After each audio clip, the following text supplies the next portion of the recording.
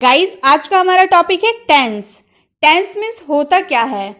Most of the student ये समझते हैं कि टाइम को ही टेंस कहा जाता है, दोनों एक ही बात है, लेकिन इसके बीच का जो अंतर है ना, हम इसके एक्चुअल डेफिनेशन से समझते हैं। जैसे कि इसका डेफिनेशन क्या होता है। Tense is the form taken by the verb to indicate time, also continuance to completeness of action etc। मतलब टेंस क्रिया का वह रूप है जो किसी कार्य को होने के समय साथ ही साथ उसके जारी रहने या पूरी हो जाने की स्थिति को दर्शाता है। टेंस का डेफिनेशन को देखकर आप यह समझ सकते हैं, टेंस केवल टाइम को ही नहीं बल्कि उसकी जारी रखने या खत्म हो जाने को भी दर्शाता है। जैसे कि टेंस मतलब होता क्या है। टेंस का मतलब होता है काल, ये तो हम लोग को पता है ना, टेंस का मतलब होता है काल। टेंस को भी हम लोग दो भागों में डिवाइड करते हैं, एक होता है समय और एक होता है वर्क। टाइम और वर्क। टाइम में हम लोग क्या रखते हैं, प्रेजेंट यानी कि वर्तमान काल, जो हम लोग का अभी चल रहा है उसे वर्तमान काल यानी कि प्रेजेंट। दूसरा है पास्ट यानी कि भूतकाल, जो बीत चुका है। तीसरा है फ्यूचर, भविष्य काल, जो आने वाला है। तो टेंस का जो टाइम है वो उसका तीन पार्ट होता है। क्या होता है, प्रेजेंट, पास्ट और फ्यूचर, ये तो हम जानते हैं। हम लोग का काम है वो उसका चार पार्ट होता है, indefinite, continuous, perfect, perfect continuous. जैसे कि मैंने यहाँ पीपीएफ लिखा है ना, पीपीएफ मतलब present, past, future. Short form है प्रेजेंट, पास्ट, फ्यूचर। ये तीनों के चार पार्ट्स होते हैं, ये तीनों के चार पार्ट्स होते हैं। प्रेजेंट के भी इंडेफिनिट टेंस है, पास्ट के भी इंडेफिनिट टेंस है और फ्यूचर के भी इंडेफिनिट टेंस है। उसी तरह से प्रेजेंट के भी कंटिन्यूअस है, पास्ट के भी कंटिन्यूअस है और फ्यूचर के भी कंटिन्यूअस है। उसी तरह से प्रेजेंट के परफेक्ट, पास्ट में भी परफेक्ट और फ्यूचर में भी परफेक्ट। प्रेजेंट का परफेक्ट कंटिन्यूअस, पास्ट का perfect continuous, future perfect continuous. ये तो हम लोगों ने स्कूल में काफी पढ़ा है। अब हम लोग समझेंगे कैसे कि इंडेफिनिट में कैसे सेंटेंसेस आएंगे, कंटिन्यूअस में कैसे सेंटेंसेस आएंगे, परफेक्ट में कैसे सेंटेंसेस आएंगे, परफेक्ट कंटिन्यूअस में कैसे सेंटेंसेस आएंगे। ये आज के इस वीडियो में हम सीखने वाले हैं। इस वीडियो को पूरा देखिएगा ताकि आप टेंस में किस तरह के सेंटेंसेस आते हैं उसे किस तरह से सॉल्व किया जाता है ये आप सीख पाए। वीडियो के एंड में आपके लिए एक होमवर्क रहेगा जिसका आंसर आपको कमेंट बॉक्स में देना। अगर आपने कमेंट बॉक्स में इसका आंसर सही दिया तो मैं सोचूंगी कि मेरा टेंस सिखाना सार्थक हुआ। अब आगे देखते हैं। जैसे कि सबसे पहले क्या है, इनडेफिनिट। हम लोगों ने पहले ही देखा ना, प्रेजेंट के भी इंडेफिनिट होते हैं, पास्ट के भी इंडेफिनिट होते हैं, फ्यूचर के भी इंडेफिनिट होते हैं। ठीक है, तो जैसे इंडेफिनिट का एक्चुअल मीनिंग क्या होता है, जिसकी शुरुआत और अंत ना पता हो। हिंदी देखकर हमें समझ में नहीं आ रहा कि हम क्या बोल रहे, जिसकी शुरुआत और अंत का पता ना हो। जैसे कि वह बोलता है, लेकिन आपको क्या ये पता है वो कब से बोलता है और कब तक बोलेगा, ये हमें पता नहीं होता है। जब हम इंडेफिनिट की बात करेंगे तो उसमें जिसकी शुरुआत यानी कि वो कब स्टार्ट हुआ है, कब खत्म होगा, हमें वो पता नहीं रहेगा। इसी तरह के सेंटेंस इंडेफिनिट में आते हैं। जैसे कि और एग्जांपल है, वो फुटबॉल खेलता है। वो फुटबॉल कब से खेल रहा, कब तक खेलेगा, ये तो हम लोग को पता नहीं है ना, बस हम लोग को इतना पता है वो फुटबॉल खेलता है। जैसे मैं हिंदी बोलती हूँ, लेकिन मैं कब से हिंदी बोलती हूँ, कब तक हिंदी बोलूँगी, ये तो नहीं पता है ना। तो वैसे सेंटेंस इंडेफिनिट में आते हैं जिसकी शुरुआत और अंत का हमें पता नहीं होता है। हमें ये पता नहीं होता है वो कब शुरू हुआ, कब खत्म होगा। तो इस तरह के सेंटेंस इंडेफिनिट में आते हैं। जैसे वह बोलता है के लिए हम लोग क्या बोलेंगे, ही स्पीक्स। He speaks.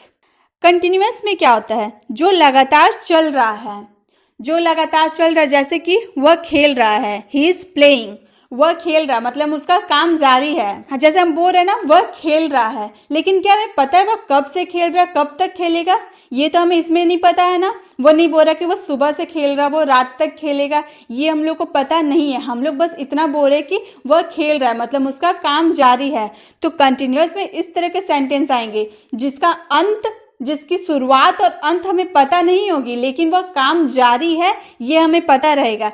जैसे कि वह दौड़ रहा है, लेकिन कब से दौड़ रहा, कब तक दौड़ेगा, ये हमें नहीं पता है। तो इस तरह के सेंटेंस जिसकी शुरुआत और अंत का हमें पता नहीं है लेकिन वो काम जारी है ये हमें पता है, तो उस तरह के सेंटेंस कंटिन्यूअस टेंस में आते हैं। नेक्स्ट है परफेक्ट। परफेक्ट में किस तरह के सेंटेंस आते हैं, जो पूरी तरह से शुरू या खत्म हो। जैसे वह लिख चुका है, ये चुका जो है ना, चुका है, चुकी है, चुका हूँ, चुका था, चुका है, होगा।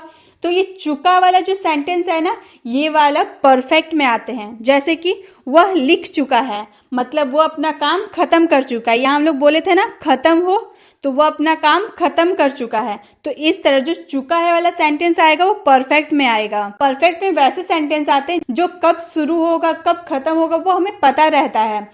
जैसे कि मैं फुटबॉल खेल चुका हूँ, मतलब मैं अपना काम कर चुका हूँ। मैं नहा चुका हूँ, मतलब मैं नहा चुका हूँ, मैं अपना काम खत्म कर चुका हूँ। तो चुका हूँ वाला सेंटेंस परफेक्ट टेंस में आते हैं, जो खत्म हो गया हो या शुरुआत हो, चाहे वो हम प्रेजेंट की बात करें, पास्ट की बात करें या फ्यूचर में बात करें। अगर कोई काम आप खत्म कर चुके हो तो वैसे सेंटेंसेस को हम देखकर समझ जाएंगे कि वो परफेक्ट टेंस का सेंटेंस है।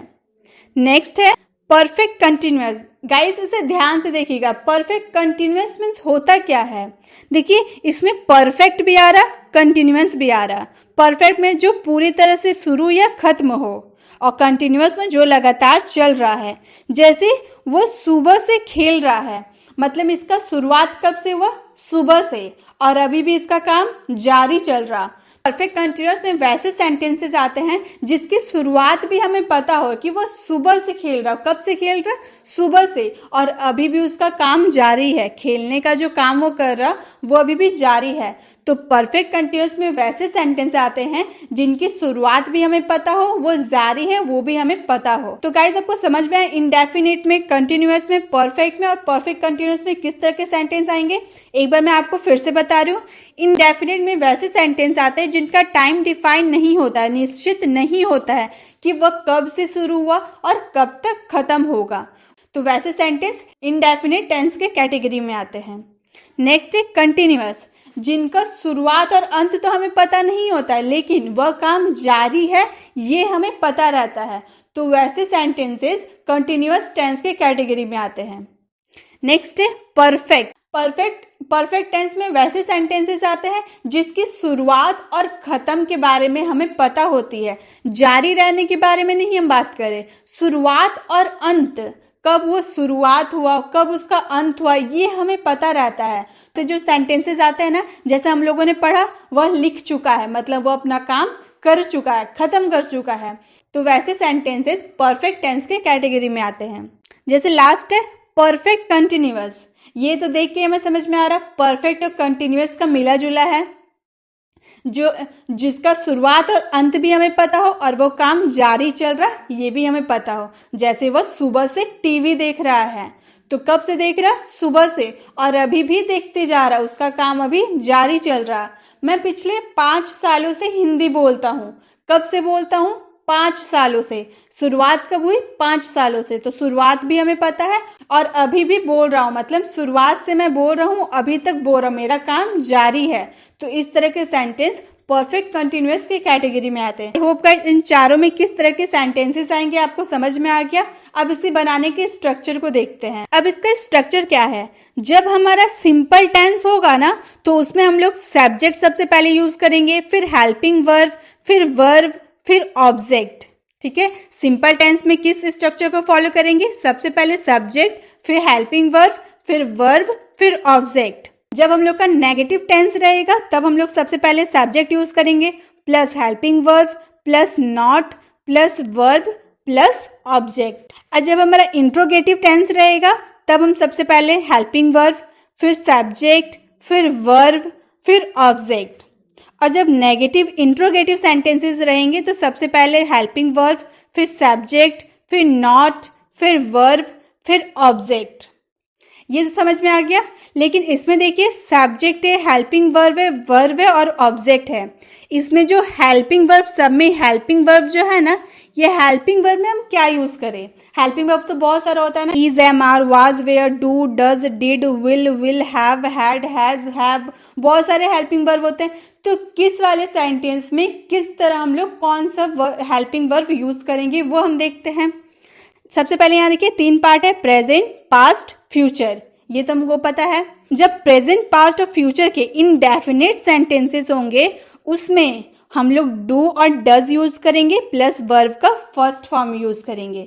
ठीक है, जब प्रेजेंट का इनडेफिनेट होगा तो हम डू डज प्लस वर्ब का फर्स्ट फॉर्म यूज करेंगे। जब पास्ट का इंडेफिनिट होगा तो उसमें हम डिड प्लस वर्ब का फर्स्ट फॉर्म यूज करेंगे। जब फ्यूचर का इंडेफिनिट होगा तो विल प्लस वर्ब का फर्स्ट फॉर्म यूज करेंगे। इसी तरह का प्रेजेंट का जब कंटिन्यूअस होगा तो उसमें इज-एम-आर प्लस वर्ब में आईएनजी यूज करेंगे। जब पास्ट कंटिन्यूअस होगा तो वाज वेयर प्लस वर्ब में आईएनजी, और फ्यूचर कंटिन्यूअस रहा तो विल बी वर्ब में आईएनजी। इसी तरह से प्रेजेंट परफेक्ट में हैज हैव प्लस वर्ब का थर्ड फॉर्म यूज करना, फर्स्ट नहीं थर्ड फॉर्म यूज करना है। जब पास्ट परफेक्ट रहेगा तो हैड प्लस वर्ब का थर्ड फॉर्म, फ्यूचर परफेक्ट रहेगा तो विल हैव प्लस वर्ब का थर्ड फॉर्म। किस तरह हम कौन सा हेल्पिंग वर्ब किस वाले सेंटेंस में यूज करेंगे आपको समझ में आ गया। अब देखिए इसका स्ट्रक्चर है subject, helping verb, verb, object. अब देखिए इसमें जो सब्जेक्ट है ना, सब्जेक्ट क्या होता है? सब्जेक्ट वो होता है जो काम को करता है। जैसे राम, राम हुआ सब्जेक्ट, वो कोई भी, जैसे राम गाना गाता है तो राम गाना गा रहा है ना, राम काम कर रहा, तो सब्जेक्ट हो जाता है जो काम को करता है। और हेल्पिंग वर्ब, या हम लोगों ने इतने सारे हेल्पिंग वर्ब देखे, वो हेल्पिंग वर्ब हम यूज करेंगे। उसमें हम इंडेफिनिट, कंटिन्यूअस, परफेक्ट, किस समय की बात करेंगे, प्रेजेंट, पास्ट, फ्यूचर, वो सब हम देखकर हेल्पिंग वर्ब को यूज करेंगे। अब वर्ब आता है। वर्ब क्या होता है? तो वर्ब मतलब होता है जो क्रिया हो रही है, और ऑब्जेक्ट जिस पर क्रिया हो रही है। ऑब्जेक्ट होता है जिस पर क्रिया हो रही है, सब्जेक्ट जो काम को करता है। हेल्पिंग वर्ब हम लोगों ने देखा, वर्ब क्रिया होती है और ऑब्जेक्ट जिस पर क्रिया की जाती है।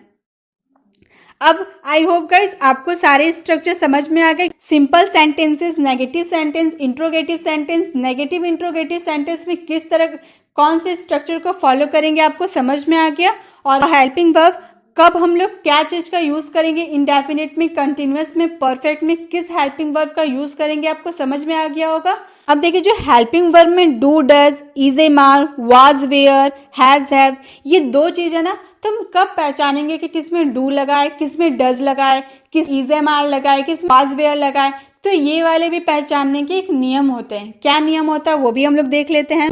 जब थर्ड पर्सन सिंगुलर होगा ना, जैसे कि ही, सी, इट, या फिर किसी व्यक्ति का नाम, जब थर्ड पर्सन सिंगुलर रहा तो हम लोग इज, वाज, हैज या डज का यूज करेंगे। थर्ड पर्सन सिंगुलर में सिर्फ, जैसे कि ही, सी, इट या फिर किसी का नाम, उसमें हम इज, वाज, हैज और डज का यूज करेंगे। बाकी जो भी हम लोग का रहेगा उसमें हम लोग डिड, हैड, विल का यूज करेंगे। ठीक है, आई होप गाइस आपको समझ में आ गया होगा। Indefinite, continuous, perfect, perfect continuous में किस तरह के सेंटेंसेस आते हैं, उसमें हम किस स्ट्रक्चर को फॉलो करेंगे, किस हेल्पिंग वर्ब का यूज करेंगे, आपको सब समझ में आ गया होगा। अब आते हैं होमवर्क में। तो आज का आपका होमवर्क है, वह सुबह से पढ़ रहा है। तो आपको देखकर समझना है कि ये प्रेजेंट की बात करें, पास्ट की बात करें या फ्यूचर की बात करें, इसमें किस स्ट्रक्चर को फॉलो करेंगे। ये इंडेफिनिट में आएगा, कंटिन्यूअस में आएगा, या परफेक्ट में आएगा, या परफेक्ट कंटिन्यूअस में आएगा, किस में आएगा ये आपको पहचानना है और झट से इसका आंसर कमेंट बॉक्स में करना है। वीडियो पसंद आई तो वीडियो को लाइक करें, अपने दोस्तों को शेयर करें। अगर आप चैनल पर नए हैं तो चैनल को सब्सक्राइब करना बिल्कुल भी ना भूलें। मिलते हैं नेक्स्ट वीडियो में, तब तक के लिए कीप लर्निंग।